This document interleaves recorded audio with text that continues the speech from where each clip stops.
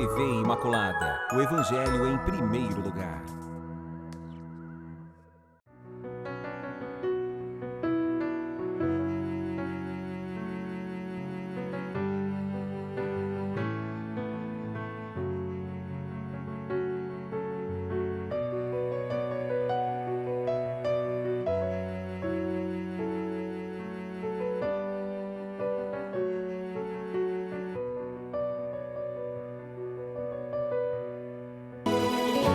O programa Respostas está de volta. Esse programa que existe para ajudar você no seu caminho de discernimento. Mas olha, não temos a pretensão de substituir o seu discernimento, porque você também é portador do Espírito. E um dos dons do Espírito é exatamente essa capacidade da gente discernir.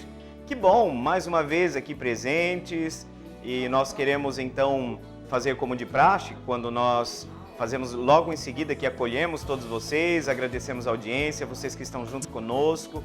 E já temos perguntas que nos chegaram, então a sua participação aqui é sempre aberta e a gente quer realmente contribuir com o seu processo, com o seu caminho de discernimento, de crescimento, porque nós queremos caminhar na luz. Nós somos filhos e filhas da luz. Como caminhar na luz? O programa Resposta tenta exatamente nos auxiliar nesse sentido.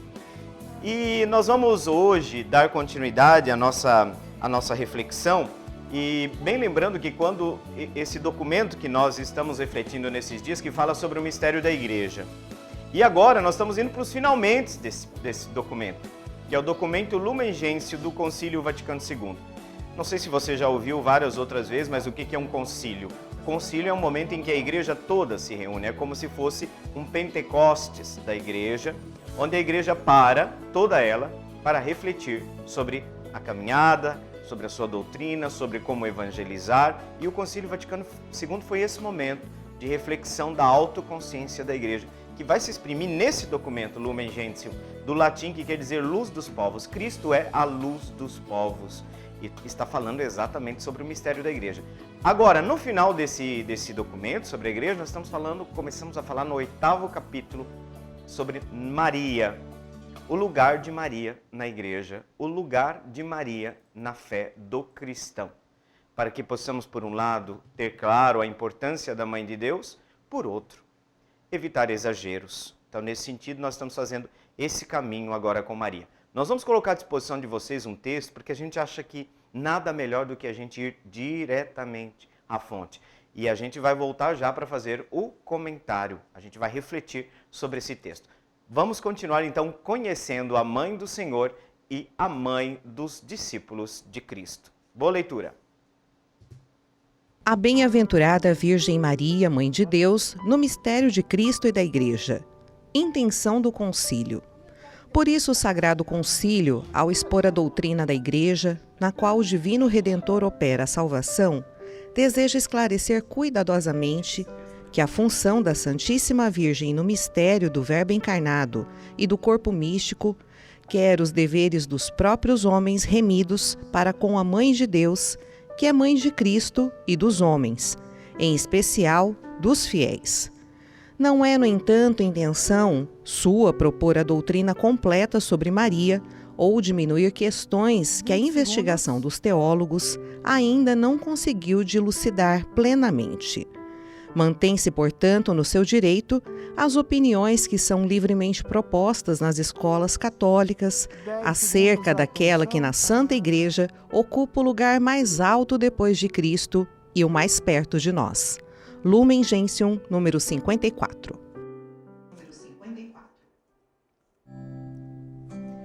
Muito claro para nós a intenção do concílio quando coloca, olha, nós não temos a pretensão aqui agora de esgotar toda a reflexão da igreja sobre o lugar e a participação de Maria na sua relação com o mistério de Cristo, na sua relação com o corpo místico de Cristo, que é a igreja.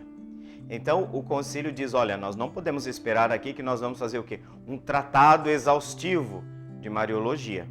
Isso faz com que a igreja se abra digamos assim, um campo de reflexão. E de fato o próximo passo da igreja qual que é? Joga para as escolas de teologia aquelas reflexões que ainda estão abertas, ou seja, aquelas reflexões que estão à mercê, digamos, do aprofundamento que os teólogos fazem do depósito da fé. É óbvio que esse aprofundamento depois ele precisa passar pela crítica do magistério, no sentido que o magistério é quem vai definir, olha, isso é compatível com o depósito revelado, isso é incompatível. E lembrando que esse depósito é um termo de Paulo, o depósito, guardai o depósito da fé. Ou seja, nossa fé tem conteúdos essenciais. Esses conteúdos provêm da revelação escrita, Sagrada Escritura. Esses conteúdos provêm da Sagrada Tradição, que eu gosto logo de usar em seguida o adjetivo apostólica. Tradição apostólica. Por quê? Porque remete àquelas tradições orais, voltando no tempo, aquelas tradições orais que remetem exatamente aos apóstolos que foram testemunhas do evento Cristo. Então o concílio, nesse sentido, fala que nós precisamos entender o lugar de Maria dentro da nossa fé. Exatamente porque o concílio se dispõe, eu gostei desse termo, esclarecer. Por que o concílio se põe a esclarecer? Por vezes nós devemos admitir que certos exageros acontecem com relação à devoção mariana. E nós precisamos colocar Maria no lugar onde Deus a colocou. E ali é seu lugar. Aponta para o mistério de Cristo. E se coloca inteiramente como aquela discípula, modelo, que se torna modelo para os que seguem Cristo. Então, para nós, Maria é modelo do ser igreja.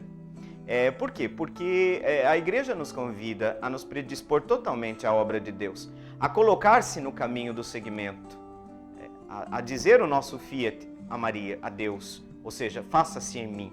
Então, nesse sentido, Maria se coloca para nós como modelo.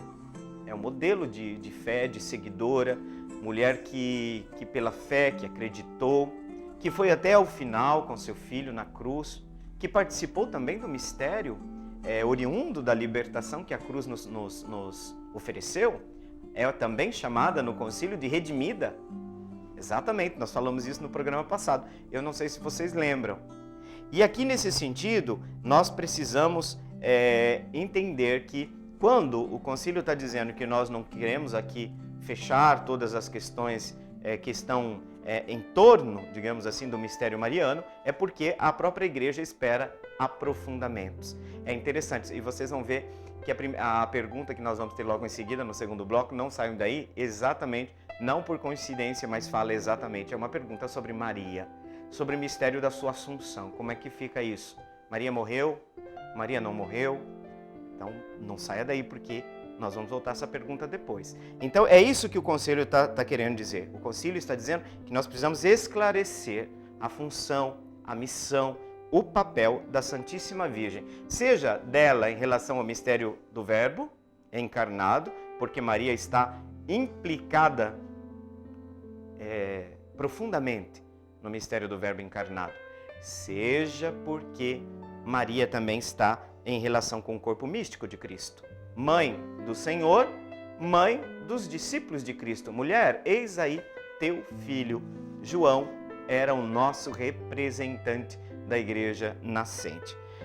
A importância da Mãe de Deus para o mistério da salvação, nesse sentido, por causa deste papel especial, Maria tem também um lugar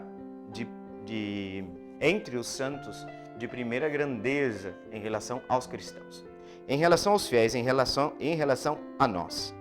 E aí o concílio vai dizer o seguinte, que muitas coisas permanecem dispostas ao julgamento, às opiniões que são expostas e propostas nas escolas católicas. O que seriam? Porque, gente, teologia é ciência, ela é viva, ela vai aprofundando, ela tem toda uma metodologia própria, exato, sem dúvida alguma, mas é um campo que vai continuamente tirando, como diz o Evangelho, tira coisas novas e coisas velhas desse depósito. Então, não é que uma verdade passa a ser a partir daquele momento que a igreja declara, mas essa verdade já está contida na fé. Ela é o quê? Descoberta, num desenvolvimento contínuo, num desenvolvimento sistemático deste mesmo depósito da revelação. E nada que seja nocivo ou contrário às afirmações desse depósito são acreditadas pela igreja como algo que a gente tenha que crer. Então nós precisamos, exatamente, os teólogos sabem que tem que submeter a missão que eu diria que é própria do magistério. Eu digo sempre para os estudantes que o magistério da igreja tem um papel, uma missão de síntese. Escuta tudo e aí vê a comparação com essas novas descobertas da teologia e faz o confronto com o dado revelado para apresentar sempre para nós todos a genuína fé da igreja. Muito bem, passou rápido o nosso primeiro bloco e eu gostaria de agradecer a sua companhia e pedir mais uma vez, vamos ficar juntos porque nós já voltamos com o segundo bloco respondendo às perguntas que vocês nos enviaram. Até daqui a pouco.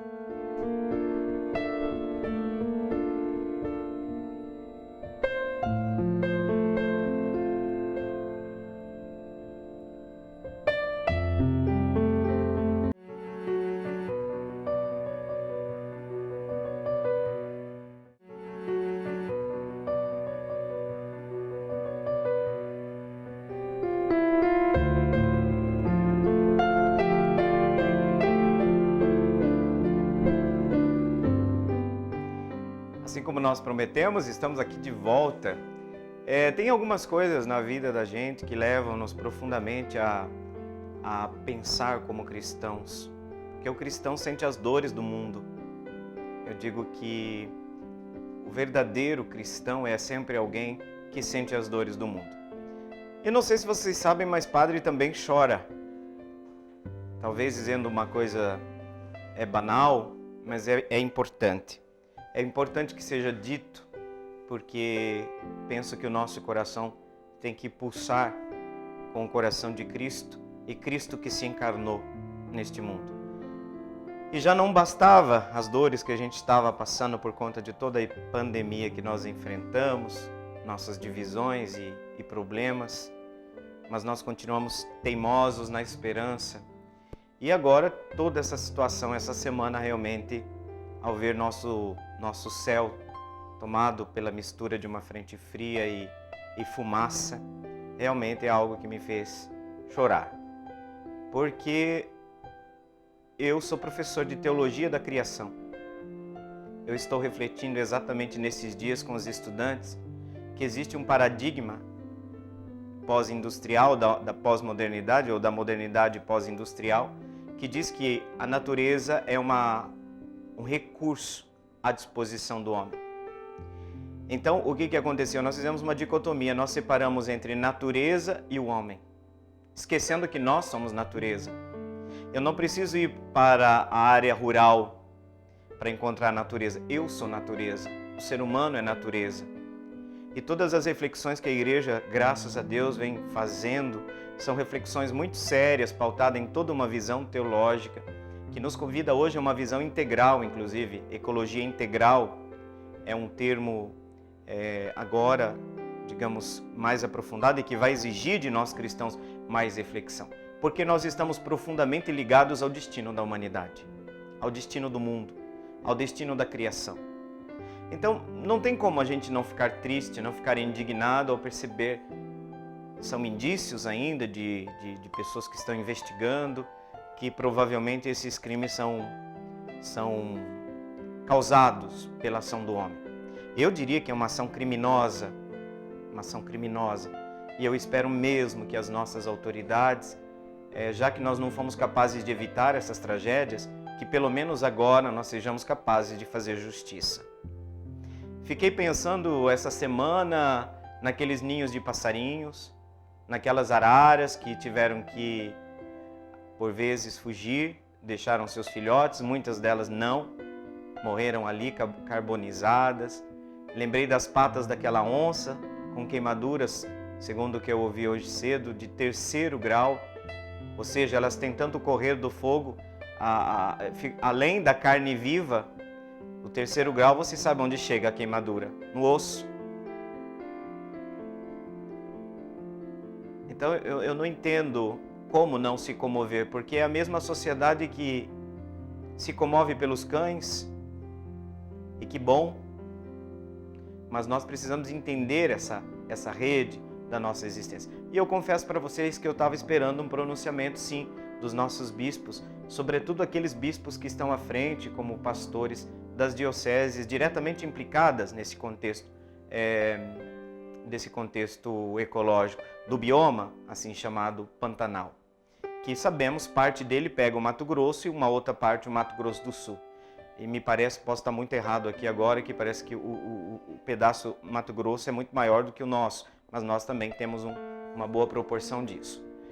O que acontece? Os bispos do regional Oeste 1 aqui e Oeste 2, aqui Dom Dimas, e lá o bispo de Sinop, eles, graças a Deus, fizeram uma carta aberta, e eu quero ler para vocês agora, porque estes são os nossos pastores. Estes são os nossos pastores. Não youtuber. Não. Estes são os nossos pastores. Os bispos. É bom que se diga. Hoje em dia, infelizmente, a gente tem que dizer isso. Estes são os nossos pastores. Não os youtubers da vida. Ou tradicionalistas ou progressistas. Temos que seguir os pastores da igreja. Então eu vou ler essa carta para vocês, que começa, uma carta de 18 de setembro de 2020. Estava dizendo para vocês, Dom Dimas, como arcebispo, não como arcebispo, mas como presidente do nosso Regional Oeste 1. Gente, Regional Oeste 1 são 7 dioceses. Campo Grande é a arquidiocese e a outro Regional Oeste 2 é o Mato Grosso. Seria Mato Grosso e Mato Grosso do Sul. Lá o Dom Canísio é bispo de Sinop, que é o presidente. Não precisa ser necessariamente o presidente do regional, não precisa ser o arcebispo, mas por muitas vezes o arcebispo tem essa missão também de presidir os bispos do regional. A carta começa com uma citação de Romanos 8, 22. Paulo está escrevendo aos Romanos: a criação geme e sofre dores de parto. Essa é uma citação de Paulo. A criação geme e sofre dores de parto. Uma citação bíblica inicial. Leio a carta agora, com a vossa permissão. Os regionais Oeste 1 e Oeste 2 da CNBB, especialmente através de suas dioceses pantaneiras, quais são? Diocese de Corumbá, Mato Grosso do Sul. Diocese de Jardim, Mato Grosso do Sul. Diocese de Coxim, Mato Grosso do Sul. Diocese de São Luís de Cáceres, Mato Grosso. E Diocese de Rondonópolis, Guiratinga, Mato Grosso, registram profunda preocupação com as terríveis queimadas no Pantanal. Manifestamos nossa solidariedade e compromisso com todos os que estão sensibilizados e envolvidos com a causa ambiental. Militares, bombeiros, brigadistas, servidores e voluntários, bem como os irmãos e irmãs ribeirinhos, pantaneiros e indígenas, que dependem diretamente deste bioma para sua sobrevivência. Lamentamos ao mesmo tempo o desmonte das instâncias de fiscalização e punição e denunciamos as providências insuficientes e tardias que favorecem este incêndio sem controle e que está queimando tudo e matando a vida. Há um pedido de socorro, um grito que não quer e não pode se calar dos humanos sensíveis e conscientes, das comunidades tradicionais, das populações indígenas, da terra, dos animais, das aves, das águas, das plantas, da vegetação nativa, de árvores centenárias. Tudo está gritando. E um clamor para que os povos tradicionais sejam valorizados e apoiados, a fim de continuarem sendo agentes de proteção e cuidado da natureza. Reivindicamos que as autoridades se empenhem e se mobilizem com a máxima urgência e que seja feita uma investigação séria, responsabilizando e punindo os responsáveis, os possíveis culpados, com a reparação justa e necessária pelos danos causados. Reparação, os bispos estão falando. As ações emergenciais são necessárias, mas não bastam. É preciso desenvolver e aplicar políticas públicas sérias de prevenção e de proteção a curto, médio e longo prazo. É urgente um projeto ambiental para esse país, para esse estado, enfim. A igreja se une num forte grito pela defesa, promoção e cuidado com a vida, em todas as suas formas e expressões. É preciso conter e apagar o fogo que vai avançando com poder destruidor e assim salvar o Pantanal. E eles terminam dizendo que, fazendo uma citação do Papa Francisco, hoje a voz da criação incita-nos, alarmada, a regressar ao lugar certo da ordem natural, lembrando-nos que somos parte, não patrões, da rede interligada da vida. Gente, eu vou até repetir isso aqui, se vocês me permitem. O Papa está dizendo assim: hoje a voz da criação incita-nos, alarmada, a regressar ao lugar certo, na ordem natural, lembrando-nos que somos parte, não patrões, da rede interligada da vida. E depois, na sequência, assinam os bispos. Só para dizer para vocês, Dom Dimas e Dom Canísio de Sinop, na presidência dos dois regionais, depois os bispos assinantes também que seguem. Dom João Aparecido, bispo de Corumbá, o bispo de Corumbá também assinou. Dom João Gilberto de Moura, bispo de Jardim. Dom Antonino Migliori, bispo de Coxim. Dom Jaci Diniz Rocha, bispo de Cáceres. Dom José Vieira de Lima, bispo emérito de Cáceres. E assina também Dom Juventino Kestrin, bispo de Rondonópolis, Guiratinga. Eu agradeço muito aos nossos bispos por esta carta, porque nós precisamos da voz dos pastores, dos nossos pastores, para perceber que há um clamor muito grande. E se Deus, que é Deus, ouviu o clamor do povo que sofria a escravidão no Egito, para dizer, Deus também hoje escuta o nosso clamor. E neste sentido, eu acredito que essa palavra dos bispos fortalecem os nossos empenhos no sentido de urgentemente exigir das autoridades uma resposta. Eu vou contar para vocês uma coisa que eu ouvi ontem e eu fiquei bastante abalado. Eu não vou citar nomes, porque eu não quero comprometer ninguém, mas é alguém e eu tenho contato com pessoas do norte do Mato Grosso. Eu vou vender o peixe que eu comprei, embora eu penso que as autoridades já estão bastante atentas a isto. Por quê? Porque o que existe?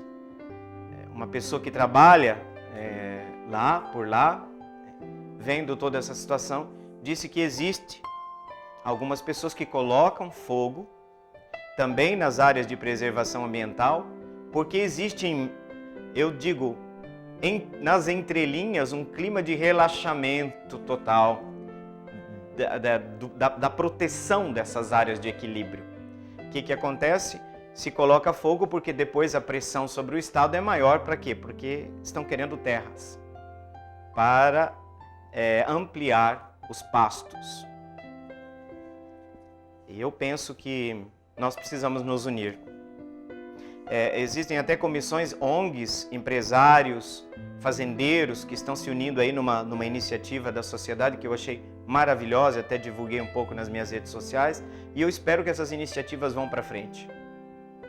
Porque realmente nós sabemos que se nós destruirmos certos biomas, nós vamos ter problema sério com as chuvas.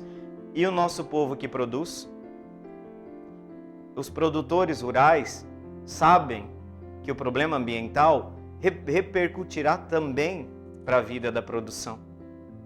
Nós precisamos pensar nisso urgentemente. Aquelas pessoas que são possuidores de terra, eu apelo, sobretudo aos cristãos, nós precisamos nos unir todos, porque essa situação não pode continuar. Eu fiquei pensando, eu tenho sobrinhos, eu não tenho filhos, mas eu fiquei pensando no meu irmão, que tem filhos pequenos, e você também, de repente, tem filhos pequenos. Eu me pus a pensar no lugar de um pai. Seus netos, seus bisnetos, vão poder ver o que nós víamos? Gente, isso é uma pergunta séria. Você já pensou? Os filhos dos seus filhos vão poder ver uma natureza, vão poder ver um rio, vão poder contemplar ou vão ter que ver tudo por uma foto ou pela internet? Vai ser tudo virtual? Eles não vão poder mais sentir o cheiro da natureza, cheiro de mato, não vão poder mais ver as aves, os bichos? Gente, isso é sério. Nós estamos roubando o futuro dos nossos filhos. Nós estamos roubando o futuro dos nossos filhos. A esperança. Então, por favor, gente, fica aqui o meu apelo, o meu desabafo. Nem fomos para as perguntas, mas eu precisava desabafar, porque realmente nós estamos tratando aqui de uma coisa muito séria. Vamos nos unir todos. Vamos nos unir todos. Chegamos ao final desse segundo bloco e penso que nós tratamos de uma questão que é importante. E se alguém estava procurando respostas para como se posicionar, eu acredito que o programa, quando leu essa carta aberta dos bispos, onde se encontram dioceses pantaneiras, apresentou mais ou menos um caminho para nós. Está aí. É uma resposta segura, vinda daqueles que são, para nós cristãos, nossos guias. Muito bem, chegamos ao final do segundo bloco, como eu já disse para vocês. Vamos para o intervalo e já voltamos.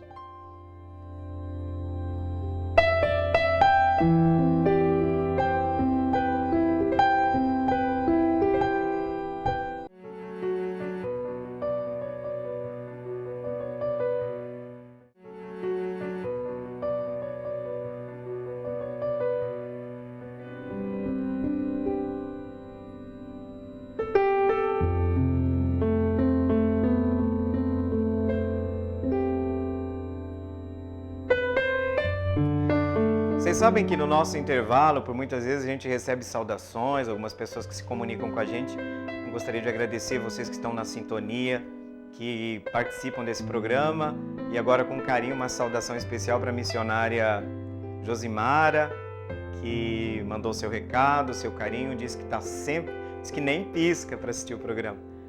Josimara, muito obrigado pela sua força, pelas suas considerações, que para nós são muito valiosas, porque esse programa tenta realmente ser um serviço para aqueles que estão no caminho da vida, procurando caminhar à luz da palavra de Deus, que dirigida a nós se manifesta na Sagrada Escritura e na Sagrada Tradição. Josimara, obrigado, carinho muito grande para você e continue com a gente. Muito bem, Josimara, nós vamos voltar agora para uma pergunta, e é uma pergunta que eu já anunciei, falei alguma coisa dela no primeiro bloco. É a pergunta do Wilson, lá do bairro Taveirópolis. Bairro Taveirópolis, Fábio, eu lembrei, tá? Pelo menos alguma coisa eu já estou me situando nessa cidade. Se me jogarem em Campo Grande, eu ainda já consigo me virar. Mas, gente, eu me tornei dependente de GPS. Não sei como que chama isso. Não sei que tipo de problema psicológico é esse. Aí eu descobri tantos caminhos novos através de GPS, mas eu também devo admitir que de vez em quando eles colocam a gente numas frias, né? Meu pai do céu. Wilson, vamos lá, voltando aqui. O Wilson faz uma pergunta sobre Maria. Vejam, pode falar a respeito da Assunção da Virgem Maria? Sem dúvida, Wilson. Estamos aqui a serviço. Ela morreu? Pergunta, ele continua. Quanto tempo após a morte de Jesus? Pode nos explicar? Wilson, não sei se você se lembra que nós já estamos comentando no documento da Lumen Gentium o capítulo que fala exatamente sobre Maria. E o documento, ele tenta equilibrar, sobretudo, o tema da Mariologia, colocando numa profunda sintonia com o mistério de Cristo. Por quê?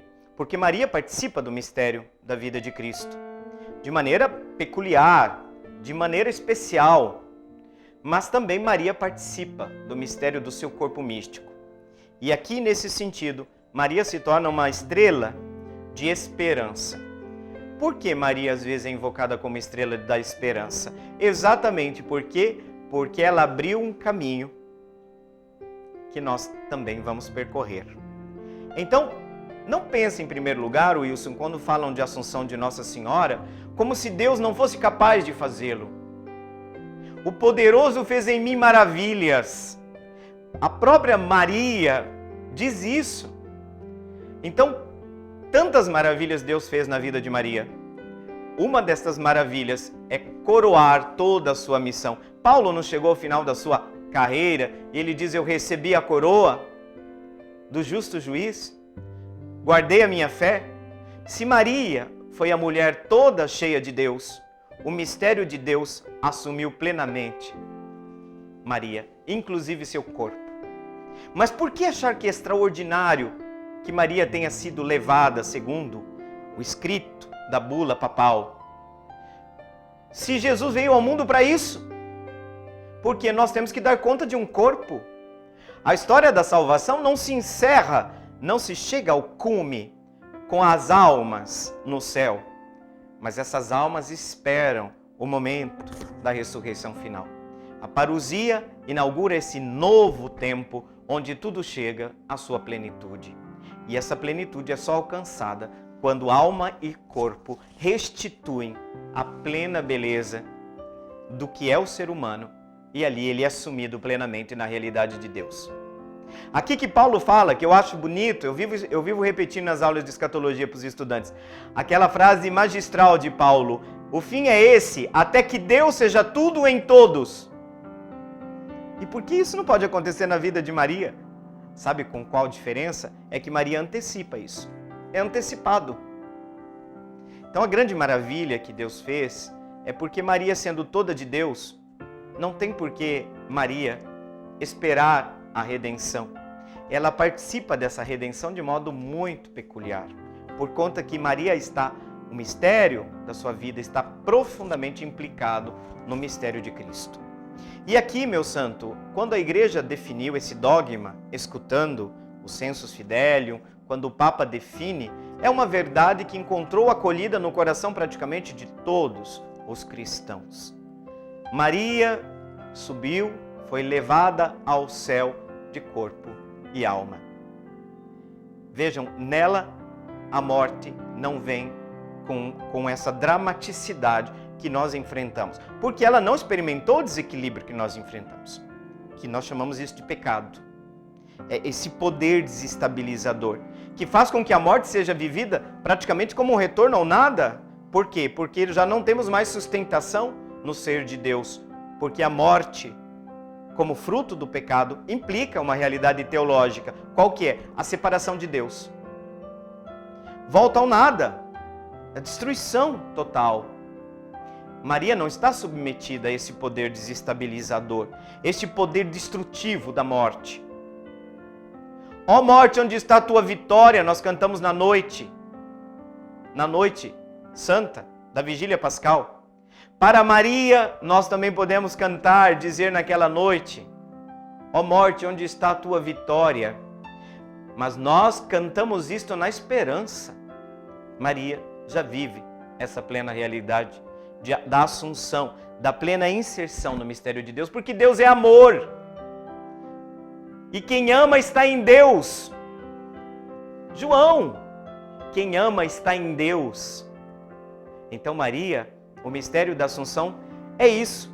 Maria realiza plenamente o projeto, a meta, o porquê de toda a redenção. A nossa plena inserção no mistério divino.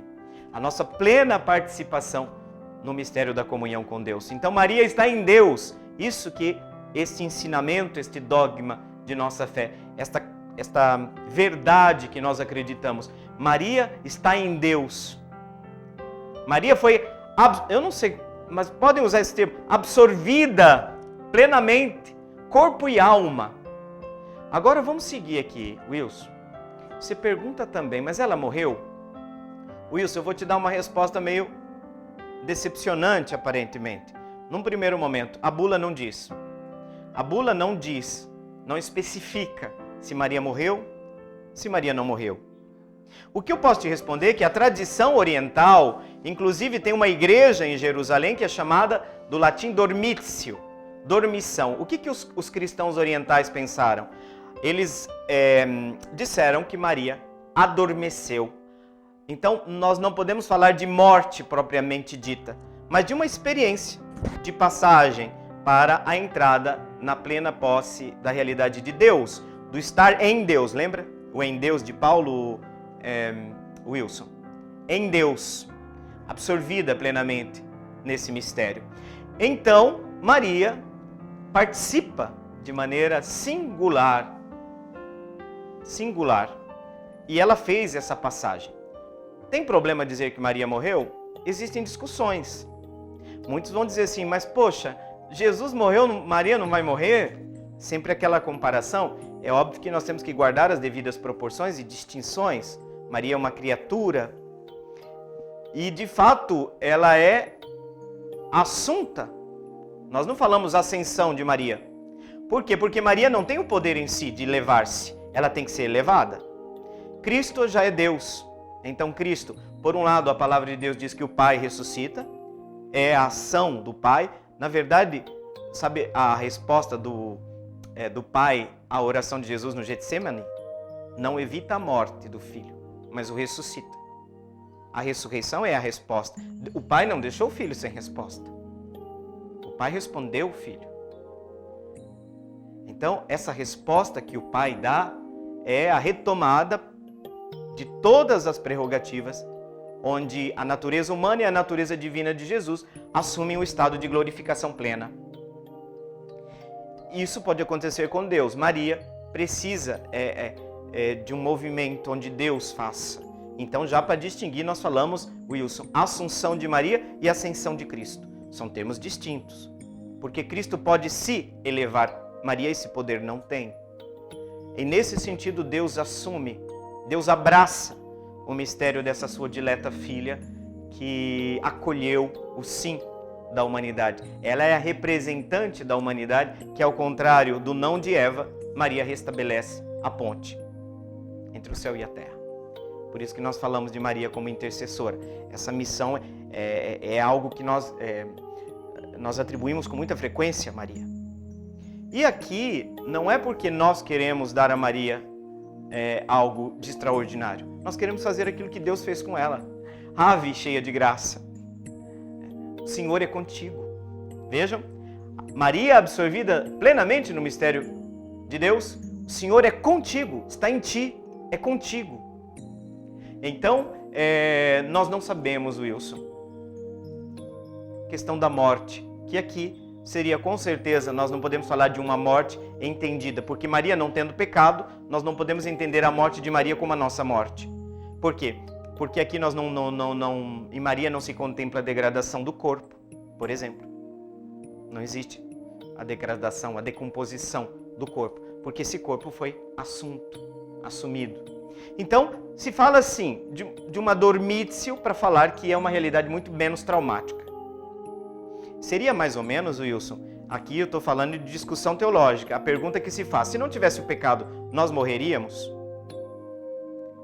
Essas discussões são chamadas no capítulo da teologia de dons préternaturais. Adão e Eva, se não tivessem pecado, morreriam mesmo assim? Então, aqui nós podemos dizer que uma das respostas é que se trata de uma dormício. Por quê? Porque a morte não é vivida no seu elemento trágico. Qual que é a coisa mais trágica da morte? A separação de Deus. Essa é a ruptura radical. E nesse sentido a morte é traumática. E continuando, quanto tempo após a morte de Jesus? Wilson, existem diversas tradições. Atenção, tradições que eu estou querendo dizer com T minúsculo. Os apócrifos, os estudos. Então fala sim de Maria, que continua ainda a sua peregrinação na terra por um tempo, depois da ressurreição de Cristo. Quanto tempo? É um pouco difícil dizer, Wilson. O que a gente sabe é que Maria marcou o caminho,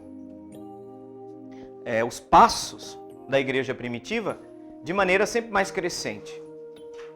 Sempre mais crescente foi aparecendo ou foi se desenvolvendo essa mariologia. Inclusive, essa progressão se encontra nos próprios evangelhos, onde nós temos Lucas, João, em comparação a Mateus e Marcos, uma mariologia muito mais evoluída. Então, é uma comunidade que vai redescobrindo a importância do mistério da Mãe de Deus.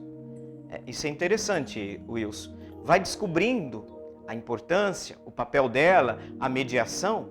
Por quê? Porque para a comunidade que está nascendo, os grandes mediadores, eles não veem problema em ver a mediação de Maria. Por quê? Porque nós temos grandes mediadores, patriarcas, profetas. Moisés, digamos, por excelência, do Antigo Testamento. Então, já na Nova Aliança, ou nesse Segundo Testamento, nós vemos aí Maria como uma figura, um personagem de primeira grandeza. Então, existe uma coroação do mistério de Maria, a entrega da sua vida a Deus. Deus não podia fazer outra coisa que não assumir plenamente o mistério da filha de Sião, aquela que acolheu no seu seio, no seu coração, o Filho de Deus. Gente, nós temos que pensar seriamente nisso. O Filho de Deus foi gerado no ventre de Maria. E vocês sabem como que vive a existência de uma mãe e de um filho? A gente fala do rompimento do cordão umbilical. Ok, isso é necessário, porque a identidade vai se formando inicialmente na distinção, eu não sou a mãe, mas a vida de todos nós é marcada profundamente, para sempre, por essa relação com nossas mães. Isso é importante a gente ter presente. Então Maria também marca a vida de Cristo e, por consequência, marca a vida da comunidade primitiva. Então, meu santo, é isso. Nós precisamos ver que aquilo que aconteceu com Maria vai demorar um pouquinho mais. Não vai ser como ela, mas vamos chegar lá. Nosso horizonte de esperança, quando a gente olha para Maria, é exatamente esse. Essa mulher conseguiu. Essa mulher entrou na plena posse de todos os bens que a redenção de Deus em Cristo nos trouxe. Então, sempre associado ao mistério de Cristo. Não dá para separar Maria do mistério de Cristo. E eu penso que com o ecumenismo, que nós precisamos caminhar, que infelizmente muita gente tem muita confusão e hoje, mais do que nunca, um desconhecimento muito grande, mas eu penso que diálogos muito frutuosos podem acontecer entre os biblistas católicos e protestantes, os sérios, porque tem gente que deixa para lá. Então, é possível um diálogo. O quê? Por exemplo, um diálogo ecumênico, a redescoberta da Maria dos Evangelhos. Bonito. Ali nós temos um ponto de encontro entre muitos. Por quê? Você vê, gente, tem textos belíssimos de Martinho Lutero sobre Maria. Belíssimos. Você nem acredita quando você está lendo. Aí você descobre quem é o autor, você fala, meu Deus. É porque a relação católica e protestante no Brasil, ela tem uma outra característica, sobretudo, porque eu falo que o protestantismo brasileiro ele está na reforma da reforma. Eu chamo neopentecostalismo, eu particularmente vejo como uma reforma da reforma. Porque depois veio o evangelismo, o pentecostalismo, neopentecostalismo. Ali o diálogo fica muito mais truncado, muito mais difícil. Mas do ponto de vista bíblico, nós podemos sim falar sobre Maria de Nazaré, a Maria dos Evangelhos. E para nós, católicos, a vida dessa mulher foi premiada com aquilo que nós falamos desde o início. Se fez toda de Deus quando disse, faça-se em mim segundo a tua palavra. E cheia de graça, se tornou cheia da glória, participando da glória de Deus. Então a graça, Maria cheia de graça, ave cheia de graça, disse o anjo. Deus, no final da vida de Maria, vem participar da glória reservada aos filhos de Deus. E Maria é uma filha predileta do Pai, coroada, exatamente, premiada, participante da glória do Filho, da glória de Deus. Muito bem, chegamos ao final então do nosso programa Respostas. Que bom que você ficou com a gente até agora. E enquanto a gente falava também, a gente viu essa imagem bonita, muito linda do Sagrado Coração de Maria aqui. E eu gostaria, falando de Maria, pedir a bênção de Deus, por intercessão dela, dessa mulher que se tornou um canal pleno da graça, da predisposição do coração à realização do projeto de Deus. Que Deus nos dê essa graça de ser como Maria. Desça sobre você, sobre a sua família, sobre todos nós, também sobre a nossa indignação diante dessas situações que estamos vivendo. A bênção de Deus Todo-Poderoso, Pai, Filho e Espírito Santo. Amém. Gente, já estou com saudade, mas próximo sábado a gente está de volta aqui. O programa Respostas está terminando. Tudo de bom para vocês. Até mais! Para ti, Senhor, meu coração é para ti, Senhor, meu coração é para ti, Senhor, meu coração é para ti.